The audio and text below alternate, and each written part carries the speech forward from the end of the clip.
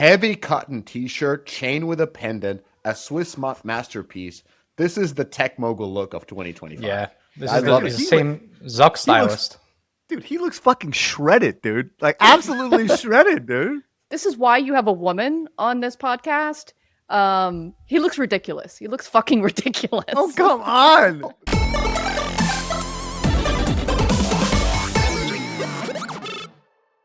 Hello, everyone, and welcome to TWIG 359, the American Thanksgiving version. Gobble, gobble. And we have some turkey talk later. Not the kind of turkey you're thinking. All right, I'm Jen Donahoe. I head up the marketing and publishing role on the podcast. And today we have in first chair, not Philip Black. Eric Kress, strategy investing, first chair forever. Until you skip a week. Phil Black, monetizations are second chair, back where I should be. Mishka Katkov, friend of the founders, the last chair. All right, guys, here's what we have going on today. We have a really packed episode, and we might not get to all of this, but a lot of great topics. Ubisoft is the game industry drama train wreck that we can't look away from. Little rumor talk there. Unity and Epic partner up to make the Metaverse Great Again. Roblox's CEO's 10th podcast appearance on the Hard Fork podcast. This was about Roblox's approach to child safety. The Game Award nominees, we meant to do this last week. They're all over the place, and we want to give you our take on that. The Saudis' PIF cash challenges. Turkey's success. How are they doing it? What's their secret? And they are not on the Thanksgiving table. A peek at Battlefield and Black Ops digital ad spend. And October game highlights from friends at Sensor Tower and Newzoo. Both gave us info. And Mishka is back with a Slushy update. Let's hear about it. Slushy update. So Slush is the second largest startup conference in Europe. The biggest one is in Portugal, I believe, Web Summit. Like in Europe? Like wow. Startups in Europe. So much offense towards our beautiful Soviet European nations. It's a big one. Like 13,000 people come in, 5,000 investors. So it is considerably big. There's a lot of US investors. They used to be, I don't know if there still is, but they used to be like a direct charter from SF with a straight up investor plane just coming in directly with bags. So it is a very good conference. And I want to give a huge thanks to Luis de la Camara, who is Rovio's head of marketing, for inviting me to do the keynote at RovioCon. I think people think that I normally speak to about 600 industry professionals just on a daily basis, that that's what I do. I don't. It's quite stressful. There's a lot of pressure, especially when you know half of the audience and you've offended at least a third of them. So it is always a lot of pressure. So huge thanks. It was a great experience speaking at this RovioCon event. Overall, talking about Slush, considerable drop in gaming people who traveled in Helsinki. Because I've been at this conference so many times. So, you got that feeling at GDC when you walk into a hotel like St. Regis or W, you can kind of know what's the vibe. And now walking into one of the hotels, like Lapland Hotel would be a good example. That's the St. Regis of Helsinki, or maybe it's the bougie one. No, that's not. That's the second bougie. That's like the Intercontinental. That's the one. So you kind of walk in and you feel that there's less people. And it's easier to find a space. It's not as loud. So you kind of start thinking about it. And then there was this event that happens every year, the sauna event, 32F. And again, same event every year. So this time around, like compared to last year, you can go to a sauna, no problem. You don't have to cram your shit with two other people to a closet. So a lot of space in all the events. And I heard that many people in gaming just didn't travel this year. And many who I talked to traveled because they weren't able to cancel their reservation. So they're like, might as well just come. So that wasn't, of course, not, nice being in gaming. And Helsinki has gone through some hard times. I think it's the biggest declined gaming market, at least to a report that I was looking, double digits, like 21% decline. But nevertheless, on the positive side, Supercell is hiring like crazy, building new offices, new tower complexes, next games. The Netflix studio is releasing their slate of TV games. So, pros and cons. Then that Slush, Jen, bummer, you couldn't make it. There was plenty of room at the sauna this time around. I can't wait to go do a sauna date with you next year. Next year, my friend. No, there's the people who have gone there, like, let's go. Especially Americans are all about it. They go to the sauna. There's like an executive sauna thing with a bunch of investors. There's, the Scopely Corp devs and you name it. I've never seen such a disgusted look on someone's face as I just saw when Jen was thinking about sauna. One day, this is definitely the goal. But hey, before we jump into Goals. all the list of the topics, I want to ask Phil B, the tax expert of the crew, who is suddenly promoting Sweden out of all the places as the tax haven for Yanks, literally a month after taking his game economist loot and moving it to the Puerto Rico Middle East, aka Cyprus. So, Phil, what is going on with this sudden promotion on LinkedIn, on DOF Slack about this one secret trick to get Americans to move to Europe? Tell us about this trick. So there's actually two pieces to this, that Europeans are just so clueless when it comes to taking financial responsibility for themselves. So one piece is that virtually every Western European country has an expert tax visa that they use to hire what they call highly qualified or unique skilled people. So Sweden has this, the Netherlands has this, Spain has this called the Beckham's Law. Finland has this. I believe Norway has this. So virtually all these countries have this, and game developers almost always qualify, and it cuts your tax burden by a significant amount. So for the Swedish situation, your tax burden is capped at 30%, which is an unbelievable benefit. And not only that, it lasts for 5 years, and you get a bunch of deductible things like when you go back to your home country, that you can take that as a deduction. No one has advertised this. Virtually everyone that came over to DICE got this. No recruiter talks about it. It's just baffling to me that no one is actually promoting what a significant savings this is from a tax perspective. I mean, this puts your tax bracket far lower than you would in California. Like, most people are paying 50% effective rate in the United States. And so this gets you to 30% flat no matter what bracket you would normally be in.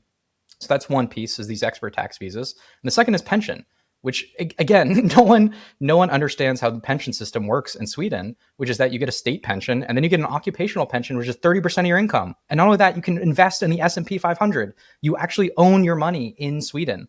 And this is exactly what George Bush actually proposed way back when he was reforming Social Security. And Swedes don't understand this. And I've had to explain this to them because they're losing out on hundreds of thousands of dollars of compounding growth if they just moved from the default occupational funds to an S&P 500, which lets their growth compound. Now, we could go on about this, but again, no one actually explains this to you. And it's a significant part of how you're compensated in Europe. And what you do is you go to Portugal. All the Swedish CEOs go to Portugal. You train it at 55, your occupational pension.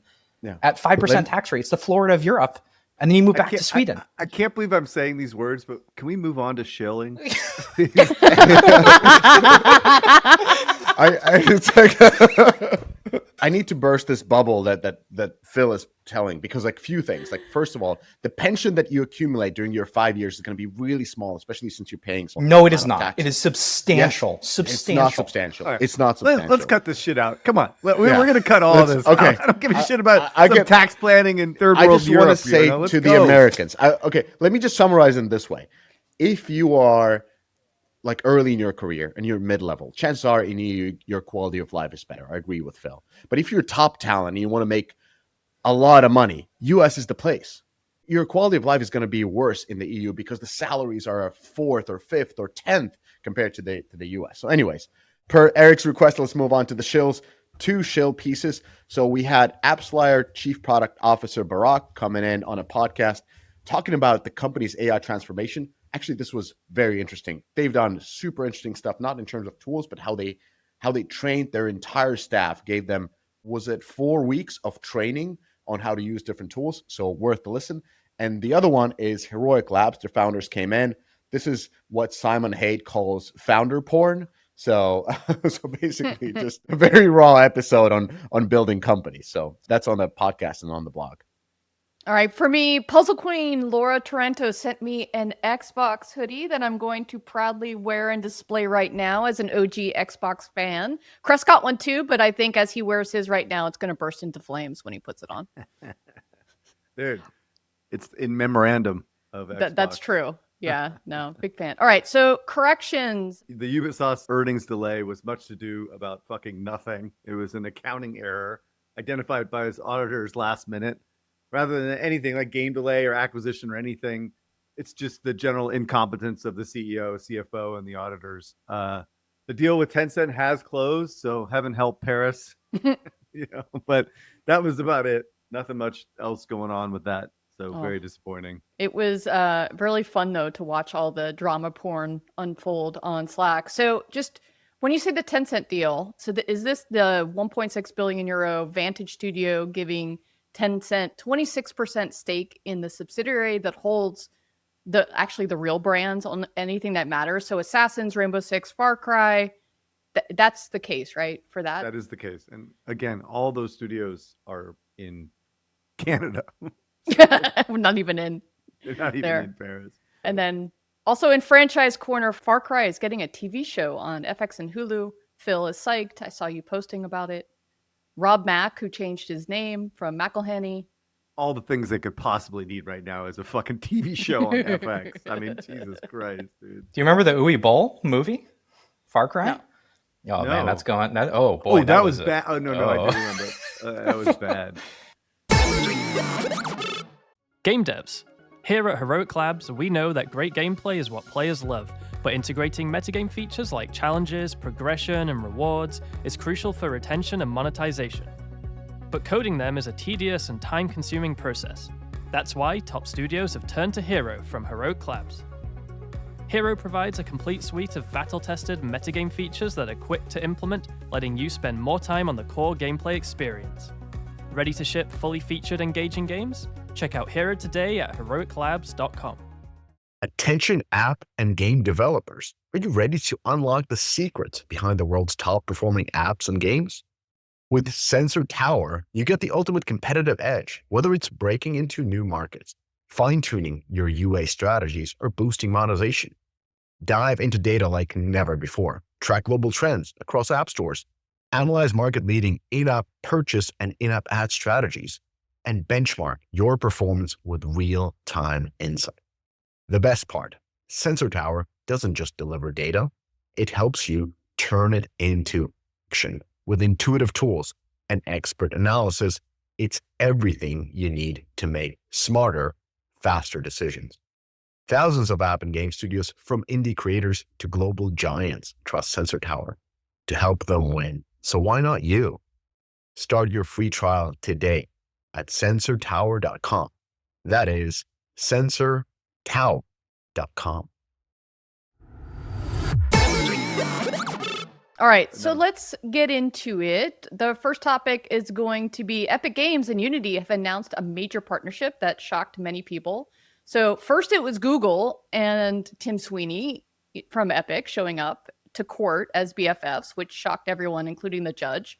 And now Tim shows up at Epic Unity's Unite conference and appears on stage with Matt Bromberg as BFFs. I mean, that was just like something I never had on my bingo card, was seeing them together. So here's what was announced really quick for those who want to know. Unity developers will be able to publish their games directly into the Fortnite ecosystem.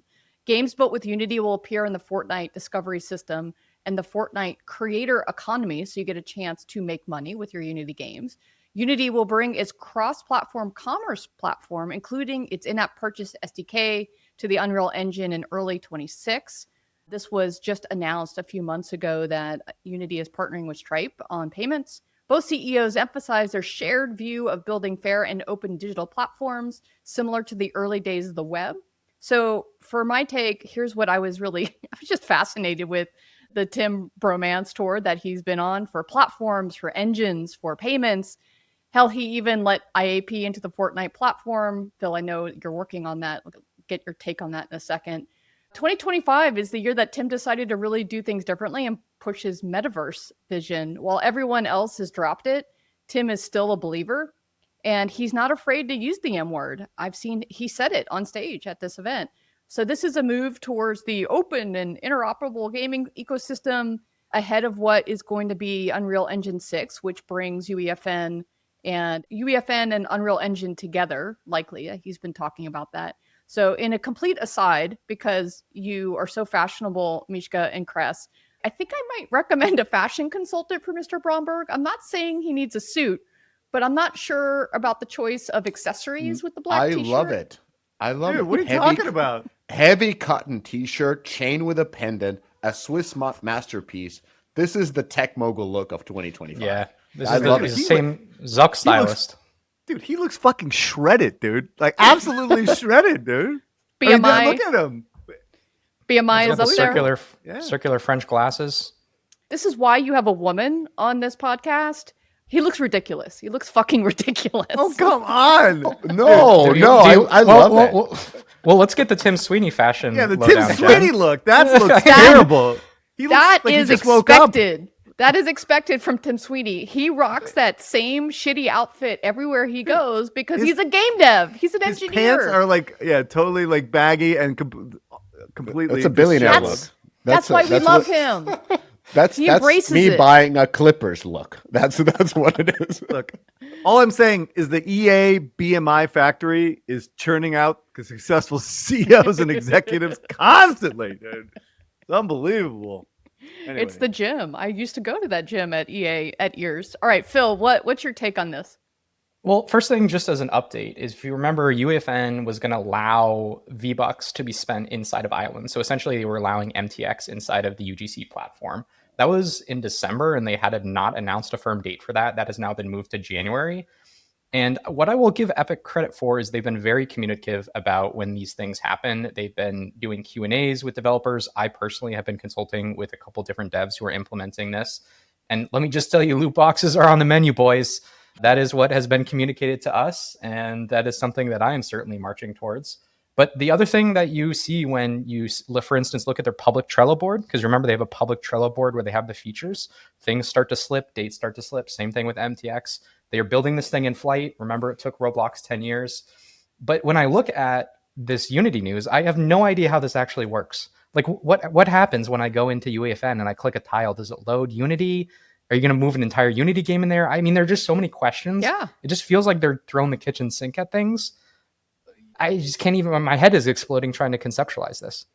No, that's what they're saying is it'll behave just like any of the other games. When you go and you upload it into the Fortnite ecosystem, it appears in Discovery. It's in the creator ecosystem. It's going to be Is it on mobile, though? It is on mobile. Like, this is the games within games that got banned from the App Store. Remember, Facebook tried to do this with instant messenger games? Like, I just have so many questions. You said it exactly right. This is like being built in flight. This is crazy. Like, to implement this type of thing where the platform itself has been completely unsuccessful, let's be honest, right, so far. And now you're adding another layer of a different engine into the mix, and games that, in theory, the majority of them, or like 98% of them, actually are predatory monetization mechanics, right? So it's like, of which that's supposedly not allowed, or maybe it is allowed, depending on how you interpret what's going on over at Epic. So it's like, I'm not really clear as to how this is actually going to actually work and function for the consumer, right? It seems like a complete Frankenstein monster ultimately, and none of what the coverage seemed to articulate really helps me feel better about it, you know? So I think it's all good on paper, and it seems like a very highfalutin thinking way of let's bring everyone together, kumbaya, but like the logistics of actually pulling this off seem almost impossible. We'll see. Maybe they can pull it off. Who knows? All right. Okay. The other interesting things was the Unity SDK going into the Unreal Engine games that aren't necessarily inside of Fortnite as well. So that was like another point that I just wanted to make sure it didn't get missed. The Roblox CEO, Jen actually forwarded me this podcast. I had actually never heard of it before. It's a New York Times podcast. It's actually quite good, even though what I'm about ready to say is going to make people think I don't think it's good. But so the CEO, David Baszucki, he was on this podcast from the New York Times called Hard Fork. The goal of the podcast was to talk about the new system and what was happening at Roblox that can basically use facial recognition to tell which is an adult, which is a minor, to determine who is actually speaking to each other within these games. Supposedly, it's going to add more, reliable verification methods compared to the self-reported methods, which I have been critical of for forever, right? The podcast got really brutal really quickly. These guys on the podcast were fucking assholes. Like, they were just complete dicks. They were being super aggressive and super argumentative with him and just rude, right? Now, I've never really listened to them before, so I don't know if that's kind of their shtick. And I did listen to a few others after the fact, and it is kind of their shtick. But I want to be clear. Like, I'm talking on both sides of my mouth on this. Roblox has done more than any other service that I know of in order to ensure safety for children. Like, that's been their MO from the very beginning. It took them years and years to develop what they have, right? And the host had no fucking idea. They had no idea. They had no background. They had no context whatsoever to be talking to David about this, about what Roblox track record was on this point. So they were just on the offensive. They were just attacking him in every moment. And so when David asked the question specifically about, what research have you done to these hosts about this particular subject, the host had no answer whatsoever. They just pulled it back. Well, why don't you answer the question type thing? It was clear that these guys were not prepared at all for this podcast, right? They had not done any work. They're basically repeating talking points. Yeah, they even brought up the Hindenburg article, and he's, they went out of business, right? Yeah, exactly. And then again, he actually cornered them and said, hey, what do you know about what we're doing on this thing? And they had no idea what they were talking about, right? I personally thought the hosts looked like idiots, right? It was embarrassing just to listen to them and how uninformed they were. And these are like real journalists from the New York Times. These guys are no joke. So what's so sad is that David is such a huge fan of the podcast. I mean, he said so himself. And the fact he was pretty much blindsided by their line of questioning, this is not what he was expecting at all. And I'm actually a little bit surprised the PR team let this thing air, to be honest. And maybe it's because kind of David did have the upper hand to some degree because these guys just came off looking like jerks, So I don't know. That was kind of my take on the whole thing. I thought you would enjoy the banter there. And then, so it's Kevin Roos by the way, this is the guy who made the early Claude version of the AI chatbot fall in love with him, and he wrote a whole article about it. And then Casey Newton from Platformer. So these guys are super, super well respected. They have access to all of the big tech guys. I listen to this podcast weekly. They often interview, like the leaders of all of the tech companies. And so this came on the heels of the Roblox announcement that they're rolling out face verification, which is why he wanted to go on. It's a technology that they're using to improve child safety. So just really quick for those who haven't seen the news. So this is going to verify users' age, which will restrict communication between age groups and unlock age-appropriate features like chat for those 13 and older. Users can now voluntarily complete a facial age check. And starting in early December, the requirement will be enforced in certain markets. And then globally, the process involves a video selfie analyzed by a third party called Persona, with images and videos deleted immediately after processing.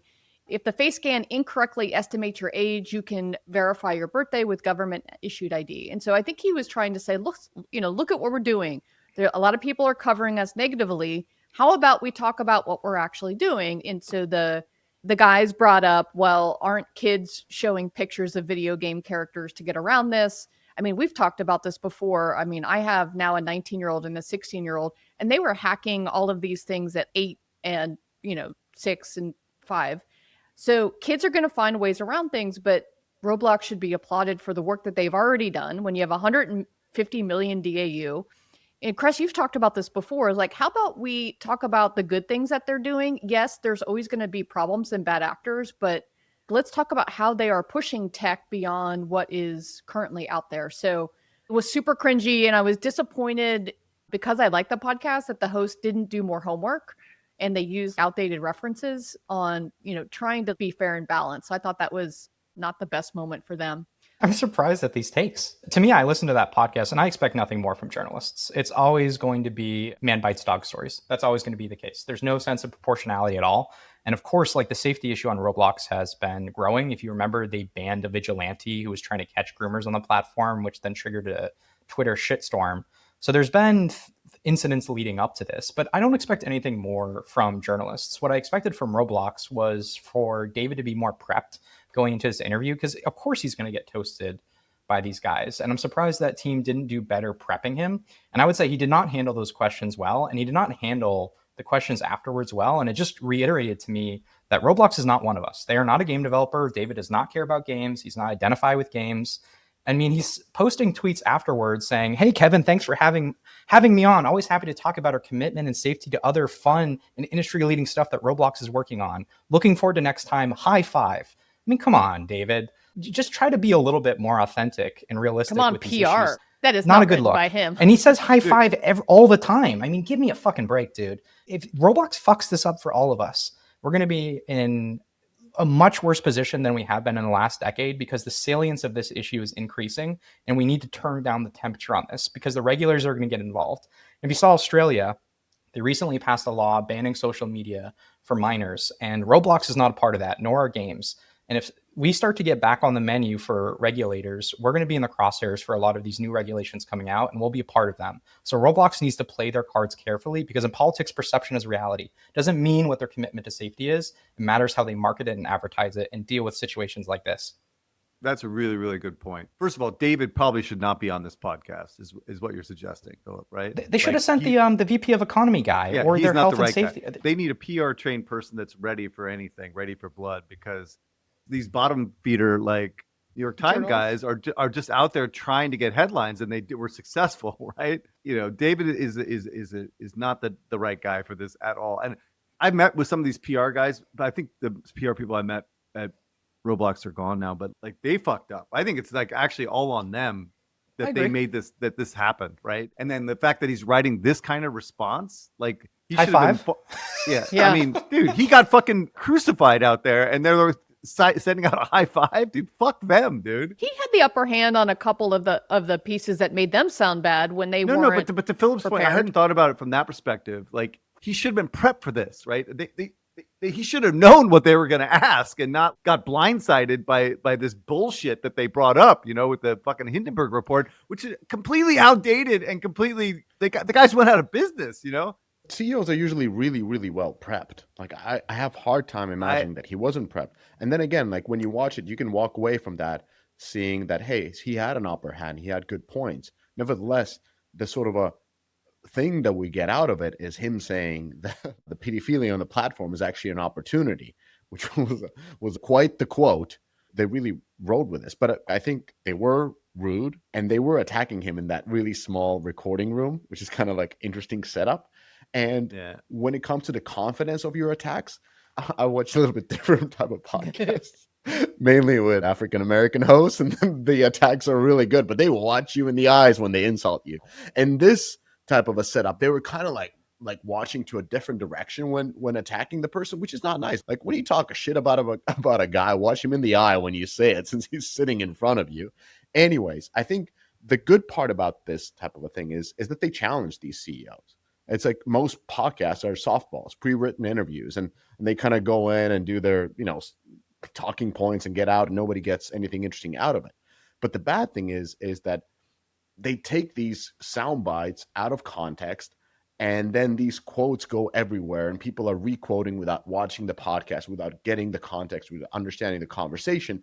And that, again, leads to PR team who's probably shell-shocked at Roblox for, you know, not putting their executives to these type of setups, which again leads to less transparency because now we can hear a CEO of a company, you know, kind of like free, you know, but unhinged founder talking about unhinged founder stuff. So I think, you know, clicks are important. Sound bites are super important, but this one felt quite manufactured based on the outburst and what's in the ether afterwards. So Mishka, is your takeaway that as podcast interviewers, we need to be more assholey to get more clicks, or are we not being assholes enough?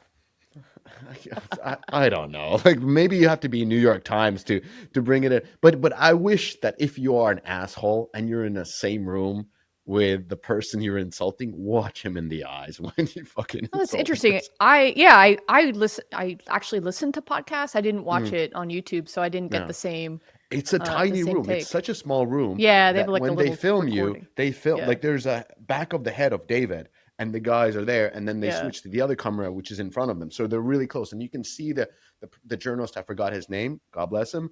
But he was kind of like, you know, when he was putting the attacks, he was looking up or to a different direction, or kind of squinting his eyes. And I'm like, dude, if you attack a guy, attack him. Like, let's go. Like, watch him in the eyes and say, your platform is not good. And, you know, I'm not going to.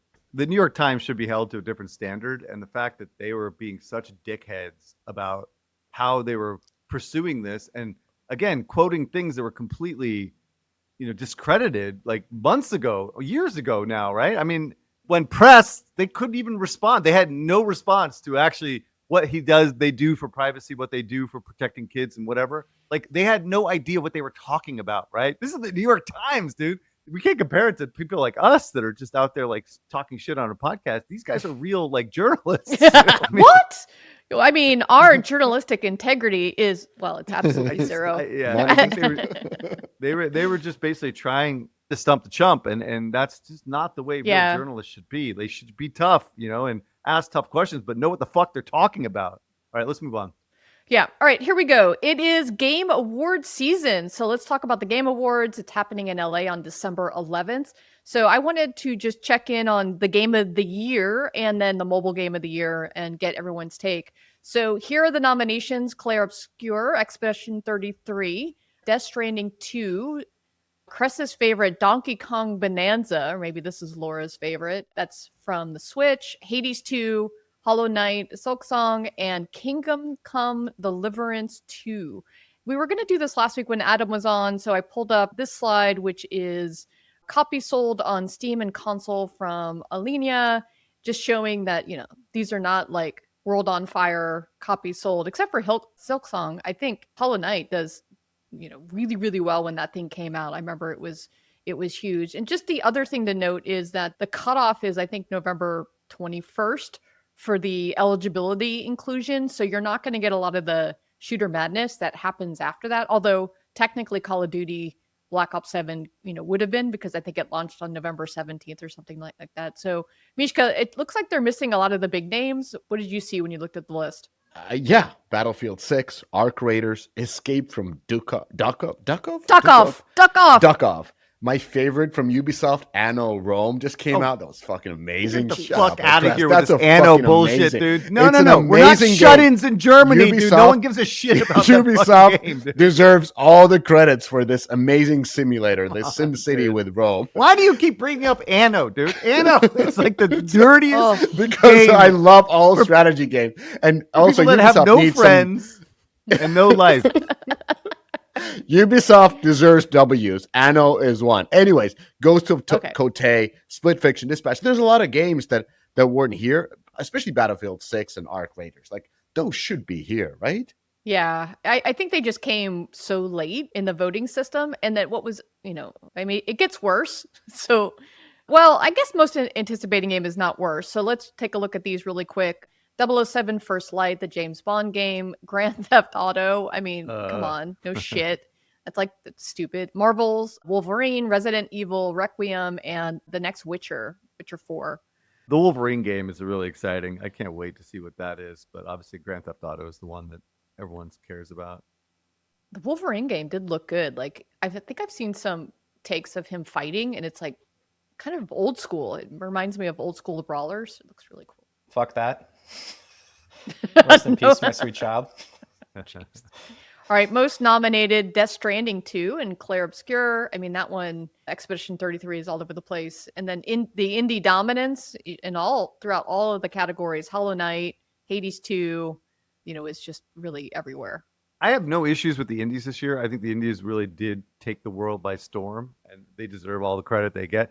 The Death Stranding 2 is the one that bothers me all the time. No one gives a shit about that game except like super hardcore Kojima fans. And I'm like, I know why it gets nominated so much, but it's just noise, like, in the space, in my opinion. It's always like a Kojima fest. Every time I turn this award show on, it's like they're the biggest fanboys.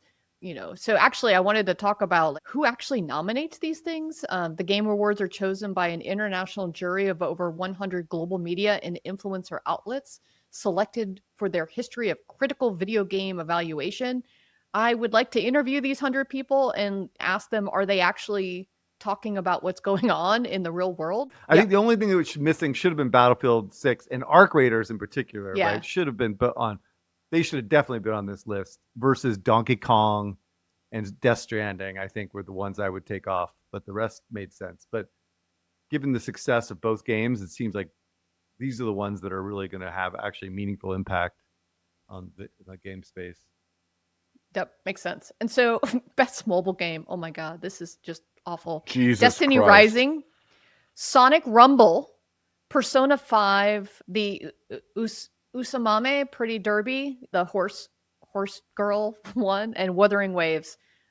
Crest, just please shit on this for me. Actually, This list is not that bad this year. I mean, it's far better than last year. Last year was stupid, right?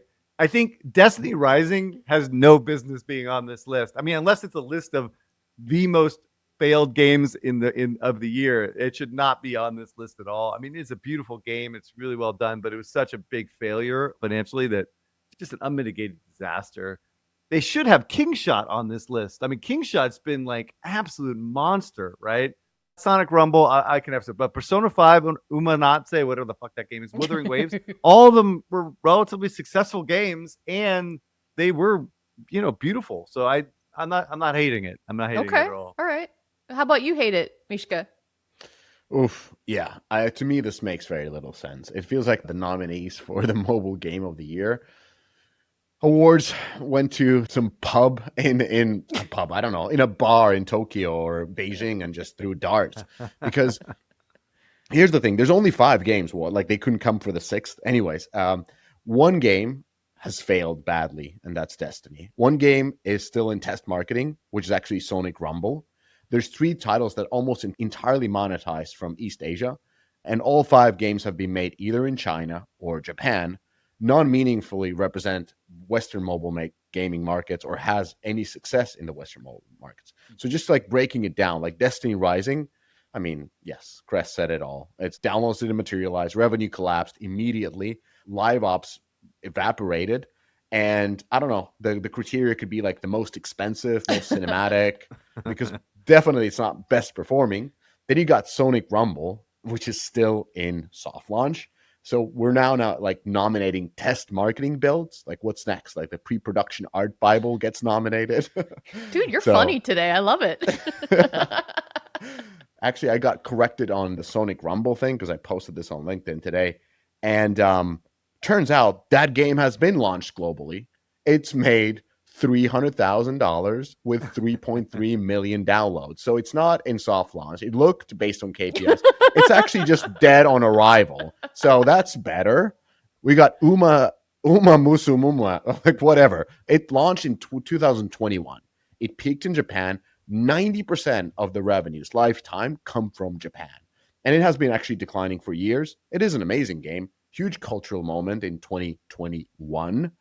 But I don't know why they're nominated today. Like somebody discovered Horse Girls and they're like, yes, let's put this one on the list. Wuthering Waves, again, beautiful game, saw it launch, 80% of revenue coming in from China, Japan, Korea, Taiwan, Hong Kong, like big in Asia, which is great. It's Asia with subtitles, and it qualifies. You got Persona 5, never heard about this. Again, 85% Asian revenue. So all I want to say is there are a ton of games that are missing, like Kingshot, like Royal Kingdom. And, why didn't they put Clash Royale? Because they put the Horse Girl game. That made a huge that game comeback ages ago. This is supposed to be this year, dude. Uma Sume was 2021. Yeah, So, then not in the West. They relaunched it in the West. I think that's why. But I hear your point on it was already out. Is that really the right way to look at that category? Yeah, exactly. Then we had Disney Solitaire. That was, I think, really solid game as well. How it brought the Disney IP to mobile. These are actually market-shaping games across revenue, across downloads, across creative innovation, across geographies, and across all audiences. And they're not just games that are aimed exclusively for Asian markets where Western developers are simply not welcome. We can't go out and launch a game in Japan. I mean, we can. It won't do anything. We can't do it in Korea either. And we're banned from doing it in China. Just give them your source code and shut the fuck up. That's the model. Okay, let's just be clear here, though. The biggest fundamental problem is there weren't that many big releases this year. That's the problem, right? In the West, right? So I think you're right. Kingshot, Archero 2, Disney Solitaire are the top 3 that I could see. DC Dark Legion as well. When did Pokemon launch? Pokemon TCG? I think it won something last year, I think, if I'm not mistaken. But anyway, the point is it's been a really tough year for... They just shouldn't do mobile because mobile is mostly free-to-play, and it's really hard to give these awards to a free-to-play game because essentially the game kind of like launches and just grows from there. It's rare that we get a game that is big out of the gate. So now moving from one East to another East. Just do a Middle East. Let's meet in the middle. Yeah. All right. So there's an article, I forgot what it was, Pocket Gamer, but I think it came from the New York Times, right? About the fact that Prince Mohammed bin Salman has pledged $1 trillion investment in the U.S. But however, the the PIP, is facing some liquidity challenges because of these enormous projects that they've been funding over the years, particularly the city Neom, which is ridiculous, right? By the way. Oh yeah, that's a failure, right? Yeah. So anyway, so they have these budget deficits internally as a country, but also like they have all these huge investments that they need to keep going, right? And so there's a notion that they really only have like $60 billion left in the $1 trillion fund that they have. So perhaps now with that kind of information, that maybe that makes sense why they put debt in on this deal with EA rather than paying cash, because 20 billion out of the 60 billion would be a significant amount of their cash reserves that they have right now. They talk about this article, and this was my experience when I lived in Saudi, was that they have these resorts that they built up that they spent, I can't even imagine how much money they spent in where I lived in Jeddah, that sit completely idle and no one's actually using. So totally unprofitable. The maintenance on those type of things is tremendous. And then obviously this huge city that they're planning on building, which just seems absurd, is the other project that they have to continue to fund. So there is some risk here from the perspective, risk and opportunity from the perspective of EA, from my perspective anyway, is that the risk is that if they need the funds, then they may have to sell assets, right? If they need to fund some of these other projects, it's possible that they have to sell. I don't think that will happen. I think what's more likely is there'll be more push to try to, bring this thing back public in the next 2 to 3 years to actually cash out and show some returns on these investments that they are making. So that actually could be good for the space. But having said all that, I still think, they are pumping oil out and they have like an endless supply of cash, right? So while they seem overextended at this point, and the New York Times really wants to make point of that, I still think that they likely will be fine. Yeah, in Saudi Arabia, the revenue comes from the ground. It's all good. Whenever you say they have unlimited cash, like the economist in me just dies a little bit inside. No. We have unlimited needs and wants and limited means to fulfill them. Eric, this is the counter thesis to the thing you keep saying. They clearly don't have unlimited cash. That's the whole reason behind this, right? They have to ration what they have. This is the whole point of the 2030 vision. Again, like this is the New York Times, right? This is not like a unbiased source. I don't want to get political on this. Sure. I know reasonably certainly that these guys have almost unlimited funds. I don't think they're suffering. I don't think they're suffering. I think that's fair to say. But here's what I don't understand, Eric, is they've made all these investments. Scopely has been purchased, EA. I haven't seen any of the talent being brought back to Saudi. Like I don't see anyone opening Saudi studios. If you remember, there was, what was it? It was Sandsoft, one of the studios that did get spun up there that recently shut down because of basically one finicky investor. And like we know how economic growth happens and all these hubs around the world. Like DICE is what grew the Swedish games industry. We could talk about Texas, where a lot of the original first-person shooters came from. California. Like we can go through the list of things, and I just don't understand what their strategy is to actually grow homegrown talent. They don't have the education ecosystem. Where are the pieces to fulfill this vision? It just feels like they're buying random financial assets. I've made the same argument. I totally agree. There's no evidence whatsoever besides Brian Ward talking out of his ass about making investments in fucking Riyadh, where no one in the world wants to live, right? Like I'm with you on this. I'm with you. There's no indication whatsoever that they're building up infrastructure that's outside of oil, right? They're using their oil wealth to buy assets, period. End of sentence, right? All that other stuff is lipstick on a pig, dude. I'm with you. I'm totally with you Phil, on this. I think you're talking about two different topics. Yes, Phil, you're absolutely correct that there is the investments that are going into building a local ecosystem, but Savvy is not part of that. Savvy is, in the end, a private equity vehicle. Yeah. Right? I think what Philip's point is that it shouldn't be. Yeah, but there are other vehicles there that are doing, Phil, what you're saying. You're going to tell me you're going to buy two of the biggest financial gaming assets ever, and you're not going to use any of it to grow Vision 2030? I mean, that's asinine. I mean, it's pretty obvious that one of the easy plays here, say Scopely, you're setting up a support studio for Pokemon Go and for Monopoly Go in Saudi. But that's a bad business decision. This is what we call investment. You have to start the ecosystem somewhere. Now you start to put money in colleges. Phil, right? You need those agglomeration effects. I think you're talking two different things. On one hand, you're criticizing them of poorly using their funds and this and that, and then you're criticizing the investment because it's not like a strategic type of investment that builds the ecosystem. I think those are two different things. What's going to happen here is is they're going to acquire at least one more gem into that gemstone of 5 top companies. Like they do have now EA as the big gemstone. They got the Scopely as a huge gemstone. They got Niantic. I think it's missing one or two. They like League of Legends. I think Riot is going to be one of the gemstones, and I think it's going to be put back into the market once they have completed the gauntlet, and that's going to be a nice little exit for them. In the game of growth, everyone is looking for that power-up. Vibes is exactly that. It's built by industry people, so they actually get the challenges you're dealing with. As a result, they become the fastest growing gamified rewards platform out there. And the results are kind of nuts. With their AI-powered targeting, you're not just buying installs, you're bringing in the right players. And now they've got this new ROAS optimization engine, so your campaigns basically level up automatically. Vibes is built different. It's designed for growth. And I guess you could say it's powered by good vibes.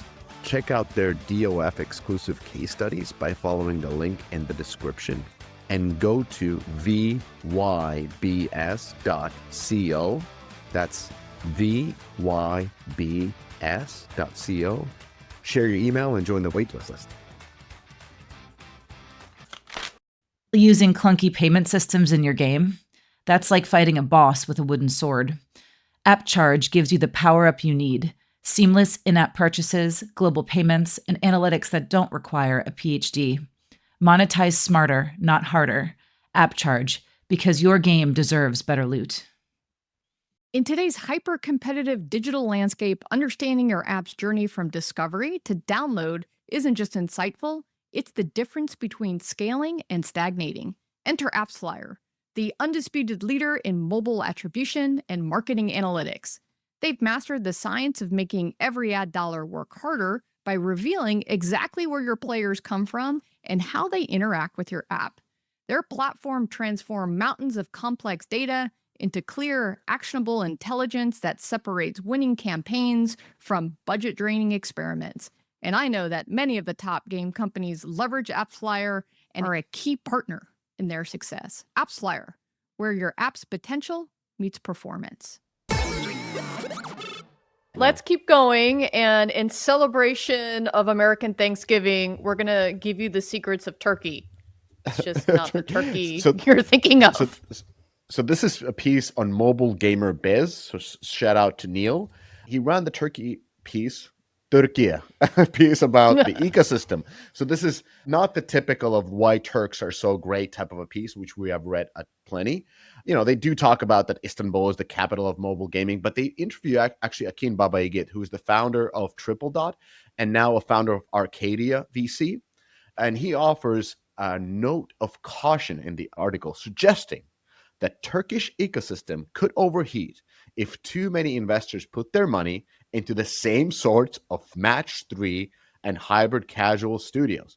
Well, lo and behold, I do agree with Mr. Akin, and I would say that the market is quite overheated when you're starting to see $55 million seed rounds and $50 million A rounds on games that don't have ROAS. And I also think that Mr. Akin has been deploying quite aggressively on the market. So he hasn't actually been bringing down the thermostat. So it's clear why Turks are so good. They are phenomenal at execution. They put in tons of hours. They have a mad focus on detail. They don't have some kind of a fail option. Like when your startup fails, you don't go to back to Riot or back to, Google or other type of companies on your fat check. It's like, it's this or bust. And I also like how business focused they are. They don't do games that they want to per se play. They do games that the market wants to play. And also I have to mention that the government is supporting gaming industry quite well. So there's a system where you get 400K per game per year, 60%. So basically 400K is going to be 60% of the refund for the new game that you're launching. So they subsidize launching of new games, and also they give 200K for a gaming company per year for different type of services. So essentially the way Turks are talking about is you get, in their lingo, it's 500K per game. So they do usually 2 new games per year. So the government is subsidizing and helping companies to launch new games. And 500K, by the way, goes far in Turkey, unlike, I don't know, LA. That's not even considered sketches for the type of MOBA you're about to do. So what sets the cap for the industry is there's not much of innovation. Akeem talked about it as well. The Turks are more about out executioning each other than actually evolving per se. So everything is about puzzle. But then again, they've had some bangers on PC. So there is a ton of talent. There is a ton of that, and hopefully more to come. What bangers have they had on PC? BattleBit, the supermarket simulator. They had Liar's Den, Liar's Bar. There are some really good kind of like smaller Steam games done by 1 to 3 developers. I think it's great if I don't think BattleBit's scaling outside of the 5 people though. Yeah, but like for the 5 people, it's as big of an exit as you know, a Gram game probably for them. Like it's people got paid and made a fun little game, so why not? Anyways, they focus on the most expensive genres. Puzzle CPIs, we're talking about tier 1, are over $25. Imagine the fucking rounds you need to raise to test out a puzzle game, like one of those match 3 games. Then all these games look the same. I mean, we have an image here. I just pulled in a couple of different games. Every game looks like it's made by Dream, based on art style. Yeah. Oh, this is a king. Oh, this is a chef. This is a villain. This is a fucking, I don't know, a pig. Like everything looks the same. It is beautiful. I'm not saying that, but it looks like one company makes all these games. There's brutal competition for talent. And actually with Turks, it's brutal competition for everything. They're very competitive in my experience. They don't do much of outsourcing. So it's just hire internally to these studios. And they haven't evolved that much when it comes to tools, tech, or the way they lead these companies. It's compact teams working insane hours at crazy focus and again, out executioning each other. And then the final cap that sets to these companies is that Turkish economy, like you guys talked about Saudi Arabia, something like Turkish economy is a disaster. Like we're talking about a country with an annual inflation consistently above 30%. And, it's also all self-inflicted because that's a great, territory, great geography, beautiful location, smart, hardworking people, but they are just very unorthodox when it comes to their economic policies. I leave it at that. I travel too often. Anyways, that's my take on Turkey. Everyone hopped on the bandwagon, which usually means it's time to get off.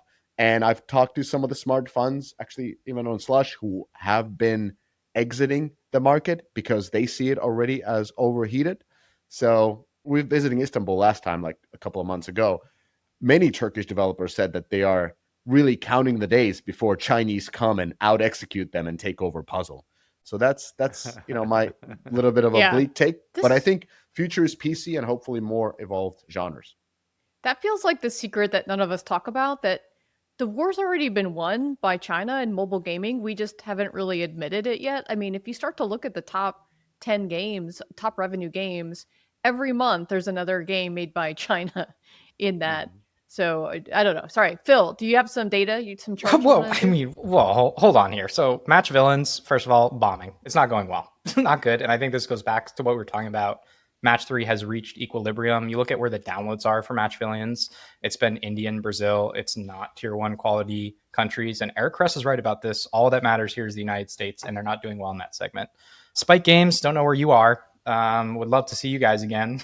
Casual puzzle seems to be dead for them, and it looks like Match Factory has really taken off, and Spike Games missed the boat on this one. The last thing I would say is I don't understand where you guys are coming from when you say China is taking over. Like Truckstar does not look like it's slaying from Century Games. It looks like it's doing okay. It looks kind of neck and neck with Match Villains, which to me is mostly a failure, and that again just points back to CPIs not being in a good place, which is I think what scared away the Chrome Valley Customs team. Like ultimately, I think they had the right user acquisition thesis, but it was simply just too high when it came to CPIs, and so they abandoned the project. But I don't see anything from the Chinese going into Match. I mean, Mishka, you talked about them going into Merge, which makes a lot of sense. Project Makeover is doing pretty well. And also, like Phil, you're pulling in a game again that went Truckstar, so it's not even a competitor to Match Villain. It's, as you said, competitor to Chrome. Was it Chrome Custom? I don't think it's that's basically it. And there was the other Forza off, but you remember the Forza puzzle game? Let's not forget the fucking Forza puzzle game. Somebody made a Forza puzzle game. I just want us to recognize it. I just think you're overrating I think you're overrating the Chinese in Match 3. I mean, don't get me wrong, we can pull the data on what the share is in terms of publishers, but I think that that's mostly been carved out by the Swedes, the Turks, and the Russians/Ukrainians. Next year, we'll see Chinese puzzle game with a fucking 4x monetization. Oh, yeah. Oh, I'm sure it already exists. It already exists. We can talk about it in a moment. All right, so let's go from puzzles to shooters. So our friends at Sensor Tower really kind of pulled some custom info for us. We had a bunch of burning questions on the podcast last week, especially about like ad spend. And so, but first let me start on a couple of player charts. So this is showing Battlefield 6 is still tracking ahead of Black Ops 7 on DAU. And then the other chart shows CCU. And this is even after Black Ops 7 launch. So from a player perspective, Battlefield's winning, guys. I think many of us predicted something like this. I don't remember actually what we predicted. We're going to have to go back and look. Anyway, so on marketing, this was actually more interesting. Sensor Tower has a service called Pathmatics, which is kind of digital ad spend. If you haven't heard of it, it's panel-based digital ad data. So that's kind of the source for a lot of this. So Black Ops 6 is bigger than both Battlefield 6 and Black Ops 7 on US digital ad spend, according to Pathmatics. So they really invested into Black Ops 6 for Call of Duty Black Ops 6. You know, what I've been hearing, I think we've talked about this many times, it's the Modern Warfare 2 to Modern Warfare 3 issue is Black Ops 7 was never really anticipated to do well. You see that in the lack of ad spend. And then you also see a massive, massive Black Ops 7 drop off shortly after launch, which is typically what I call the let's pull the ripcord, everybody, because Black Ops 7 wasn't working and we've got to cut budget and cut our losses. So this next chart is Black Ops 6 and Battlefield 6 used OTT as the primary channel. So think of this as like streaming, marketing on streaming channels. Black Ops 7 was really leaning into just YouTube, which also tells me that Black Ops 7 had less budget after their very, very kind of underwhelming launch. They didn't want to go for the expensive CPMs on OTT. So thank you guys for Sensor Tower for giving us that info that kind of just points to what we had known, which was even Activision likely didn't know that this was going to be a winner because the marketing budget was never there to begin with, and they've kind of pulled it. So Cress, this all leads into a little bit of what we're seeing in October.